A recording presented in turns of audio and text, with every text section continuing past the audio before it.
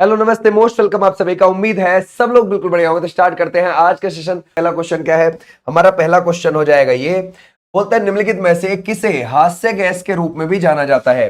कैसी गैस? हास्य गैस के रूप में जाना जाता है। तो हमारा राइट आंसर कौन सा हो जाएगा? नाइट्रस ऑक्साइड हो जाएगा, यानी कि N2O is the right answer. Clear हो जाएगा। ये एक आपको रंगहीन देखने को मिलेगी, रंगहीन गैस है और ये बहुत हल्की है, ये भी आप ध्यान रखोगे। ठीक है भाई, हल्की भी है। आ जाओ भाई नेक्स्ट पर, नेक्स्ट देखते हैं। बोलते हैं निम्नलिखित में से कौन भाई गोवा से नहीं है? तो देखो, अगर आप देखोगे धनगर, भाई ये तो आपको गोवा का देखने को मिलेगा। दशावतार ये भी गोवा का है, देखनी भी गोवा का है। घुमुरा कहाँ का हो जाएगा? ये तो उड़ीसा का हो जाएगा। ओके, उड़ीसा का हो जाएगा। उड़ीसा का आपको रमन भी देखने को मिलेगा, आपको गोटीपुआ भी देखने को मिलेगा। और ओडिसी शास्त्रीय नृत्य है यहाँ का। कौन सा? आपको ओडिसी शास्त्रीय नृत्य आपको देखने को मिल ही जाएगा। ये भी आप ध्यान रखोगे। क्लियर हो जाएगा, समझ गए? तो हमारा राइट आंसर कौन सा हो जाएगा? घुमुरा। आ जाओ नेक्स्ट पर। बोलते हैं ए लाइफ अपार्ट, ये आपको किसकी आत्मकथा लगती है? जरा बताओ क्या लगाओगे? ए लाइफ अपार्ट है ना भाई? जरा बताओ क्या लगाओगे इसमें से? अगर हम देखें, ये Prabha Khetan is the right answer. Prabha Khetan वाले बच्चे बिल्कुल बिल्कुल ठीक है। आ जाओ नेक्स्ट पर। बोलते हैं जी शंकर कुरूप को 1965 में निम्नलिखित में से किस साहित्यिक कृति के लिए ज्ञानपीठ पुरस्कार मिला था? इसके बारे में जरा बताओ। देखो, ये जो ज्ञानपीठ पुरस्कार है, ज्ञानपीठ पुरस्कार कब इसकी स्थापना हुई? 1961 में स्थापना हुई थी। राइट बात है। इसमें कितनी? 11 लाख रुपए की राशि दी जाती है। और 1965 में सबसे पहली बार जी शंकर कुरूप को मिला था। और ये किस भाषा के लिए मिला था? उनको मलयालम भाषा के लिए। तो उन्होंने मलयालम भाषा में क्या लिखा था? वो लिखा था ओडक कुज्जल। ठीक है भाई, इसको लिखा था। और अगर आप देखोगे सबसे, है ना, अब 59वें नंबर का जो है अभी, वो किसको मिला है? वो मिला है विनोद कुमार शुक्ल को। किस भाषा के लिए मिला है? हिंदी भाषा के लिए मिला है। विनोद कुमार शुक्ल को हिंदी भाषा के लिए दिया गया है 59वां ज्ञानपीठ पुरस्कार। लेकिन अगर आप देखोगे पहली महिला कौन थी, है ना भाई? अगर आपसे पूछा जाए पहली महिला आपने जरा बताओ, तो बताओगे आप आशा पूर्णा देवी थी। आशा पूर्णा देवी, जिनको मिला था, कब मिला था? 1976 में। बट उन्हें कौन सी भाषा के लिए? बंगाली भाषा के लिए मिला था। ओके, तो ऐसे आप ध्यान रखोगे। बोलता है भारतीय संविधान के किस अनुच्छेद में राज्य विधानमंडल के सदन या सदनों के अभिभाषण करने का संदेश भेजने के राज्यपाल के अधिकार के बारे में उल्लेख है? तो हमारा कौन सा है भाई? ध्यान रखोगे, राज्य विधानमंडल के सदन में अभिभाषण करने, तो वो आपको मिलेगा 175 इज द राइट आंसर। इसमें है राज्यपाल का अभिभाषण। और अगर आप देखोगे राज्यपाल का वर्णन आपको सबसे पहले किस आर्टिकल में देखने को मिलता है? 153 में। यह बोला गया है कि राज्य का एक राज्यपाल होगा। फिर उसी में ध्यान रखोगे 7वां संविधान संशोधन 1956 से यह भी जोड़ा गया कि 2 या 2 से अधिक, है ना भाई, 2 या 2 से अधिक राज्यों के लिए एक राज्यपाल चल जाएगा, है ना भाई, एक राज्यपाल चल जाएगा। ये भी आप ध्यान रखोगे। 154 में क्या बोला कि राज्यपालिका का हेड कौन होगा? राज्य की राज्यपालिका का अध्यक्ष कौन? वो राज्यपाल ही आपको देखने को मिलेगा। ठीक है। और अगर आप देखोगे 155 की बात बोली गई है, इसमें इसकी नियुक्ति आती है। इसमें इसकी नियुक्ति आती है और नियुक्ति कौन करता है? प्रेसिडेंट करता है। राज्यपाल के लिए कम से कम कितनी उम्र होनी चाहिए? 35 तो होनी चाहिए। इसका सामान्य तौर पर 5 साल का कार्यकाल होता है, लेकिन फिर भी जब तक राष्ट्रपति चाहेगा तब तक गद्दी पे बैठता है। भारत और किस देश के बीच सैन्य अभ्यास डस्टलिक का आयोजन पुणे में अप्रैल 2025 में हुआ? वो है उज्बेकिस्तान। ठीक है भाई, ध्यान रखोगे। और ये 15 से 28 अप्रैल के बीच में हुआ। ओके, 2025 में हुआ। और ये कहां? अगर आप देखोगे पुणे के अंदर हुआ, महाराष्ट्र में। सबसे पहला वाला ये कब हुआ था?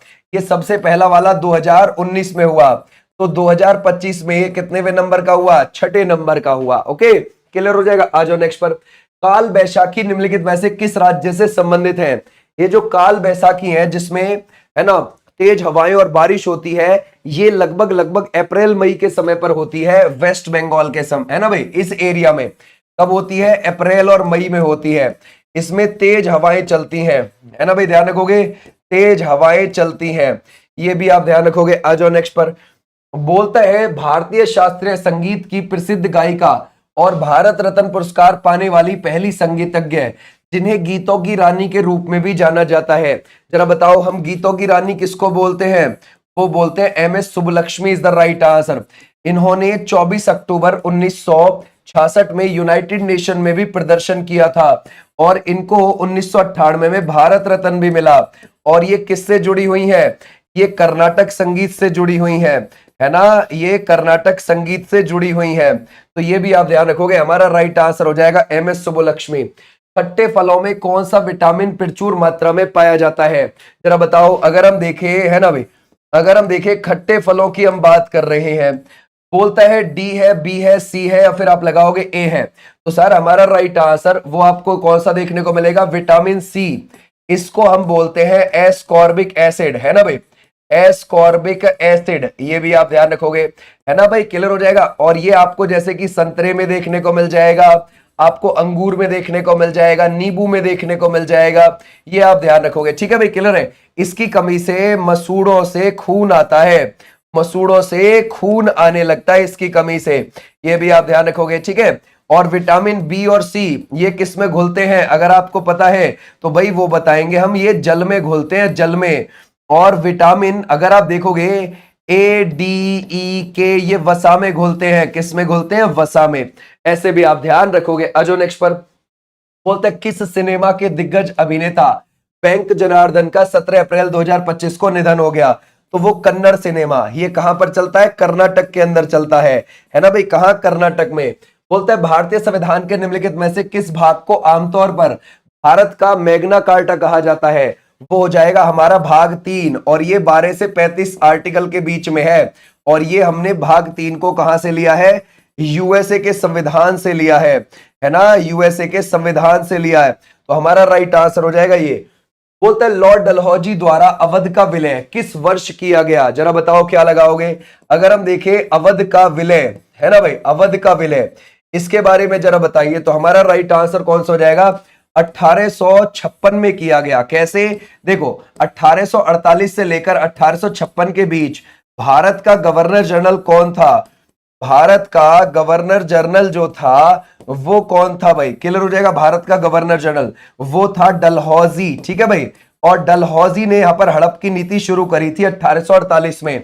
सबसे पहले उसने सतारा जो महाराष्ट्र के अंदर रियासत है उसको इस हड़प की नीति के तहत लपेट लिया। ओके भाई। और 1849 में संबलपुर और जैतपुर, ठीक है भाई, संबलपुर हो जाएगा और जैतपुर, इसको भी उसने लपेट लिया। और उसके बाद भी उसने बहुत सारी रियासतें, जैसे हम कहने लगे कि बघाट को 1850 में लपेट दिया। ठीक है भाई, ध्यान रखोगे किसको? बघाट को। वो 1850 में उसने ब्रिटिश साम्राज्य में शामिल कर लिया। ओके भाई, क्लियर हो जाएगा। फिर 1852 में उदयपुर को, ये भी आप ध्यान रखोगे, उदयपुर को। फिर 1853 में झांसी को उसने लपेट लिया। फिर 1854 में नागपुर को उसने लपेट लिया। ठीक है भाई। और उसके बाद अगर आप देखोगे 1856 में अवध को। ठीक है भाई, क्लियर हो जाएगा। देखो अवध में ये वाली रिपोर्ट लागू नहीं हो रही थी, हड़प की नीति, तो वहां पर उसने, है ना भाई, कुप्रशासन का आरोप लगा के उसको ब्रिटिश साम्राज्य में शामिल कर लिया। तो हमारा राइट आंसर हो जाएगा ये। अवध के अंतिम नवाब थे वाजिद अली शाह। कौन थे? वाजिद अली शाह थे। ठीक है भाई, अवध के अंतिम नवाब। आ जाओ भाई नेक्स्ट पर। बोलता है ये बोलता है निग्रोइड जाति निम्नलिखित में से किस महाद्वीप की मूल निवासी है? हम किसकी बात करते हैं? हम निग्रोइड जाति की बात करते हैं। अगर हम निग्रो को देखें तो ये अफ्रीका मूल के हैं। कौन से मूल के हैं? अफ्रीकी मूल के हैं। आ जाओ नेक्स्ट पर। भारत में वसंत, ग्रीष्म और वर्षा के नाम है। ठीक है भाई, ध्यान रखोगे ये किसके नाम है? ये यहाँ की पारंपरिक ऋतुओं के नाम है। ठीक है भाई, यहाँ पर ये सीजन के नाम है। ओके, आ जाओ नेक्स्ट पर। बोलते हैं Indian weight lifting federation athlete आयोग का अध्यक्ष किसको बनाया है? मीराबाई चानू को बनाया है। जो 2020 का ओलंपिक था, जो 2021 में हुआ था, उसमें सिल्वर मेडल लेकर आई थी मीराबाई चानू। और जो 2014 का कॉमनवेल्थ गेम था उसमें सिल्वर लेकर आई। 2018 के कॉमनवेल्थ गेम में गोल्ड लेकर आई। 2022 के कॉमनवेल्थ गेम में गोल्ड लेकर आई। तो ऐसे भी आप ध्यान रखोगे। ठीक है भाई, क्लियर हो जाएगा। कौन है? मीराबाई चानू, मणिपुर से बिलोंग करती हैं। निम्नलिखित में से किस केंद्र शासित प्रदेश को भारत में आंशिक राज्य का दर्जा दिया है? यानी कि वहां पर आधे राज्य को उसको दर्जा मिला हुआ है। जहां जहां विधानसभा है ना केंद्र शासित प्रदेश में, उसको आंशिक राज्य का दर्जा मिला है, जैसे पुदुचेरी, दिल्ली और जम्मू कश्मीर। तो हमारा राइट आंसर हो जाएगा पुदुचेरी। पुदुचेरी में 33 आपको विधानसभा की सीट मिल जाएंगी, जिसमें से 3 एलजी द्वारा नॉमिनेट किए जाते हैं और 30 पर चुनाव होते हैं। तो ऐसे भी आप ध्यान रखोगे। क्लियर है? आ जाओ भी नेक्स्ट पर। बोलता है रोग बहुत कम समय तक रहते हैं। कौन से वाले रोग हैं जो बहुत कम समय तक रहते हैं? तीव्र रोग। ठीक है भाई, जैसे कि मैं आपसे बोल रहा हूं टाइफाइड। ठीक है भाई, क्लियर हो जाएगा? टाइफाइड है, या फिर हड्डी में फ्रैक्चर आप कह सकते हो, हड्डी में फ्रैक्चर आप कह सकते हो। ठीक है भाई, क्लियर हो जाएगा? तो ऐसे आपने ध्यान रखना है, ये जो होते हैं ये बहुत कम समय तक रहने वाले तीव्र है ना भाई रोग है। क्लियर है? शाबाश। आ जाओ नेक्स्ट पर। निम्नलिखित में से किसे एशिया की सबसे बड़ी झुग्गी बस्ती का नाम दिया गया है? तो वो कौन सा हो जाएगा? हमारा राइट आंसर वो हो जाएगा धारावी। और धारावी कहां पर पड़ता है? ये महाराष्ट्र के मुंबई में है। लगभग इस झुग्गी बस्ती में आपको 1 करोड़ पॉपुलेशन देखने को मिल जाएगी, 1 करोड़। ठीक है भाई, आ जाओ नेक्स्ट पर। बोलते हैं भारतीय संविधान के मौलिक कर्तव्यों का उल्लेख किस अनुच्छेद में है? हमारे मौलिक कर्तव्य, जब हमारा संविधान लागू हुआ था 26 जनवरी 1950 में, तो हमारे मौलिक कर्तव्य थे नहीं। उसके बाद क्या हुआ? उन्हें ऐड कर लिया गया बाद में। 42वां संविधान संशोधन 1976 से उन्हें हमारे संविधान में है ना भाई जोड़ा गया। क्लियर हो जाएगा? जोड़ा गया। और इनको जो जोड़ा गया वो हमने आर्टिकल 51A में शामिल किया और भाग 4A में शामिल किया। और उस समय पर तो केवल 10 को ही जोड़ा गया था, यूएसएसआर से लेकर, सोवियत संघ से लेकर। एक हमने खुद से जोड़ा था 86वां संविधान संशोधन 2002 से। तो टोटल हमारे पास कितने मौलिक कर्तव्य? 11। ये नागरिकों को प्राप्त है। ओके भाई, आ जाओ नेक्स्ट पर। बोलता है भक्ति प्रदीप कुलकर्णी का संबंध किससे हो जाएगा? वो हो जाएंगे शतरंज से। क्लियर है? और उनको 2022 में मिला है क्या? अर्जुन पुरस्कार, है ना, अर्जुन पुरस्कार। और अभी हमारे यहाँ पर 89 ग्रैंड मास्टर आपको देखने को मिल जाएंगे। 89वें नंबर के जो ग्रैंड मास्टर है उनका नाम है रोहित। ठीक है भाई, ध्यान रखोगे। और जो 88वें नंबर की है उनका नाम है दिव्या देशमुख। अब तक 89 में से कितने ग्रैंड मास्टर महिला है? वो है 4। ठीक है भाई, क्लियर हो जाएगा? ऐसे। और पहले ग्रैंड मास्टर हमारे कौन थे? विश्वनाथ आनंद थे 1988 में। बोलते हैं निम्नलिखित में से काट तथा दहन कृषि को किस नाम से जाना जाता है? देखो, स्लैश एंड बर्न कृषि, यानी कि काट एवं दहन कृषि। नॉर्थ ईस्ट में इसको हम झूम की कृषि बोलते हैं या फिर स्थानांतरी कृषि। ये जो 7 सिस्टर्स है इस तरफ। लेकिन कोनू को कहां पर बोला जाता है? ये वेनेजुएला में बोला जाता है, वेनेजुएला में बोला जाता है। रोका कहां पर बोला जाता है? ब्राजील में बोला जाता है। और मसोल कहां पर बोला जाता है? कांगो में बोला जाता है। ठीक है भाई। और ये है कॉमन जो पूरे भारत में बोला जाता है। वैसे तो हम अलग अलग राज्य में अलग अलग नाम से जानते हैं, जैसे कि हम वेबर या दहिया मध्य प्रदेश में बोलते हैं, पेडा पडुंगा आंध्र प्रदेश में बोलते हैं, ब्रिंगा उड़ीसा में बोलते हैं, है ना, या फिर वर्ले दक्षिणी राजस्थान में बोलते हैं, कुमारी पश्चिम घाट में बोलते हैं, कुरुवा झारखंड में बोलते हैं। ऐसे आपने ध्यान रखना है। क्रिकेट के खेल में मैदान से स्टंप की ऊंचाई आपको कितनी लगती है? ठीक है भाई, अगर हम देखें ये जो स्टंप है ये 28 इंच ऊंचे होते हैं। इनके ऊपर जो बेल्स रखी रहती हैं वो 0.5 इंच आपको मोटी देखने को मिलेंगी। ठीक है भाई, तो हमारा राइट आंसर है ये। क्रिकेट की जो पिच है वो आपको 22 गज लंबी देखने को मिलेगी। कितनी? 22 गज आपको लंबी देखने को मिलेगी क्रिकेट की पिच। और इसकी जो चौड़ाई है वो आपको कितनी में देखने को मिलेगी? 10 फीट आपको चौड़ाई देखने को मिलेगी। ठीक है भाई, आ जाओ नेक्स्ट पर। बोलता है ISSF world cup 2025 Buenos Aires कहां पर पड़ता है? अर्जेंटीना की राजधानी है ब्यूनस आयर्स में। भारत ने 4 गोल्ड मेडल सहित कुल कितने पदक जीते हैं? हमने 4 + 2 + 2 टोटल हमने कितने? 8 पदक जीते। यानी कि ये गोल्ड है, सिल्वर है, ये ब्रॉन्ज। ऐसे भी आप ध्यान रख सकते हो। और अगर हम देखें सबसे ज्यादा यहां पर किसने जीते हैं? चाइना ने जीते हैं। ठीक है भाई, चाइना 11 पदक लाके टॉप पर रहा है। क्लियर हो जाएगा? 11 पदक लेकर आया चाइना और टॉप पर रहा। चाइना के 5 गोल्ड आए हैं। ओके भाई, आ जाओ नेक्स्ट पर। निम्नलिखित पद्म विभूषण पुरस्कार विजेताओं में से कौन कथक के कालका बिंदादीन घराने से बिलोंग करता है? कथक यूपी का शास्त्रीय नृत्य है और कालका बिंदादीन घराने से कौन है? इनमें से Birju Maharaj is the right answer, है ना भाई। और ये यूपी के कथक शास्त्रीय नृत्य के संबंधित है। ओके भाई, बोलता है पद्मश्री पुरस्कार से सम्मानित भजन सोपारी का संबंध किससे हो जाएगा? तो क्या तबला, संतूर, वायलिन, सितार? हमारा राइट आंसर क्या हो जाएगा? संतूर। संतूर एक तत्वाद्य यंत्र है, तार वाला वाद्य यंत्र है। आमेर का किला जो जयपुर के पास आपको देखने को मिलता है, 16वीं शताब्दी के किस शासक द्वारा लाल बलुआ पत्थर और सफेद संगमरमर से बनवाया गया था? तो ये राजा मानसिंह प्रथम के द्वारा बनवाया गया था। क्लियर हो जाएगा। राजा मानसिंह प्रथम जो थे अकबर के दरबार में नवरत्न भी थे। ठीक है भाई, आ जाओ नेक्स्ट पर। बोलते हैं निम्नलिखित में से किसे बहमनी शासक हुमायूं शाह द्वारा व्यापारियों के प्रमुख एवं मलिकुत तुज्जर की उपाधि प्रदान की गई थी? देखो एक बात ध्यान रखना, आपको पता है दक्षिण भारत में बहमनी सल्तनत चलती थी। ओके भाई, बहमनी सल्तनत की नींव 1347 में अलाउद्दीन बहमन शाह हसन गंगू ने रखी थी। उसको हम शॉर्ट में हसन गंगू बोल देते थे। उसने रखी थी। तो उसी में एक शासक आया था हुमायूं शाह नाम का, हुमायूं शाह। ठीक है भाई, और वो बहुत ज्यादा क्रूर था। और उसी के समय पर एक ध्यान रखोगे महमूद गवा था। ठीक है भाई, ध्यान रखोगे महमूद गवा। महमूद गवा ने हुमायूं शाह को बहुत लड़ाइयां जिताई थी, इवन मुगलों तक को पराजित कर दिया था। इसका बहुत नाम हो गया था।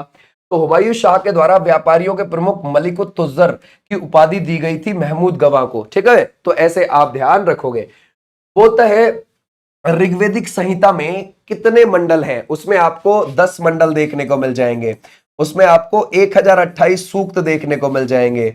उसमें आपको 10,580 ऋचाएं देखने को मिल जाएंगी, है ना भाई। ऐसे भी आप ध्यान रखोगे। तो हमारा राइट आंसर कौन सा हो जाएगा इसमें से? 10। आ जाओ भाई नेक्स्ट पर।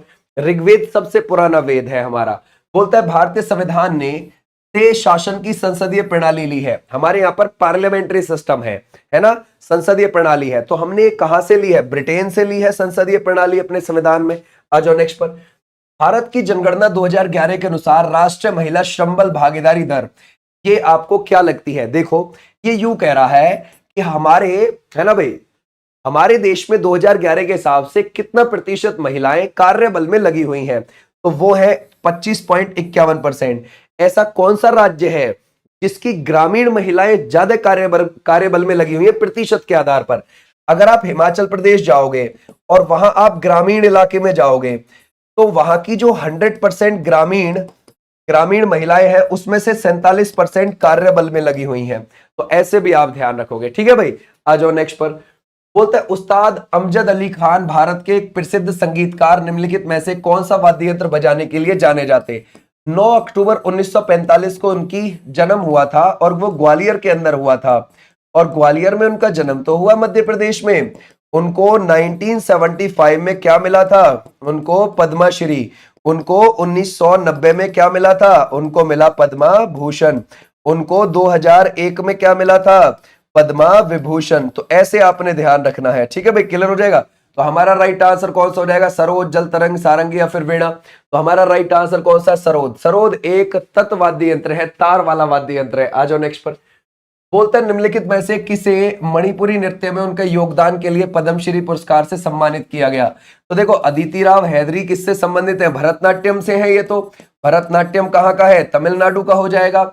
मृणालिनी साराभाई का संबंध भरतनाट्यम से है। ठीक है भाई, भरतनाट्यम कहाँ का? तमिलनाडु का शास्त्रीय नृत्य है। शोभना नारायण कथक से है, कथक यूपी का हो जाएगा, है ना भाई। और अगर हम देखें दर्शना झावेरी का संबंध किससे है? मणिपुरी शास्त्रीय नृत्य से है। ओके भाई, आ जाओ नेक्स्ट पर। बोलता है भारतीय हॉकी महासंघ की स्थापना किस वर्ष की गई है? तो भारतीय हॉकी महासंघ 1925 में बना है और 2008 में इसको खत्म भी कर दिया था क्योंकि भ्रष्टाचार के आरोप लग गए थे। तो फिर क्या बना था? हॉकी इंडिया बना था, है ना भाई, ध्यान रखोगे। हॉकी इंडिया बना और हॉकी इंडिया साल 2000 में बना था, नई बॉडी। और उसके अध्यक्ष कौन हो जाएंगे? दिलीप तिर्की हो जाएंगे, है ना, दिलीप तिर्की। तो हमारा राइट आंसर क्या हो जाएगा? ये वाले बच्चे, बिल्कुल ठीक है। अंबुबाची मेला निम्नलिखित में से किस राज्य में लगता है? तो अंबुबाची मेला जो आपको लगेगा वो मिजोरम है, मणिपुर है, असम है, या फिर आप लगाओगे नागालैंड है। तो ये लगेगा असम में। कहां पर लगता है? कामाख्या देवी के मंदिर पर, है ना भाई, ध्यान रखोगे। जहां कामाख्या देवी का मंदिर है ना गुवाहाटी के पास नीलांचल की पहाड़ी पर, वहीं पर लगता है ये। ठीक है भाई, क्लियर हो जाएगा, नीलांचल की पहाड़ी पर। बोलते हैं आगरा के किले में मोती मस्जिद का निर्माण निम्नलिखित में से किस मुगल सम्राट ने करवाया? देखो आगरा का जो किला है ना वो अकबर ने बनवाया था, ठीक है, लेकिन उसके अंदर जो मोती मस्जिद है वो शाहजहां के द्वारा बनवाई गई थी। शाहजहां का कार्यकाल 1627 से 1658 के बीच का है। ठीक है भाई, क्लियर हो जाएगा। शाहजहां ने ही मुगलों की राजधानी जो थी वो शिफ्ट करी थी। कहां से? मुगलों की राजधानी उसने शिफ्ट करी थी दिल्ली, आगरा से दिल्ली शिफ्ट करी थी। और दिल्ली के अंदर उसने लाल किला भी बनवाया शाहजहां ने। और यहां पर आप देखोगे मस्जिद, जामा मस्जिद भी बनवाई। ठीक है भाई, ध्यान रखोगे, जामा मस्जिद भी बनवाई, ये भी आप ध्यान रखोगे। आ जाओ भी नेक्स्ट पर। बोलता है विश्व में दूसरा सबसे बड़ा गुंबद वाला गोल गुंबज आपको कहां पर लगेगा? ये मुझे आप होमवर्क के थ्रू बता देना कमेंट बॉक्स में। ओके भाई, और ये थी तुम्हारी आज की क्लास।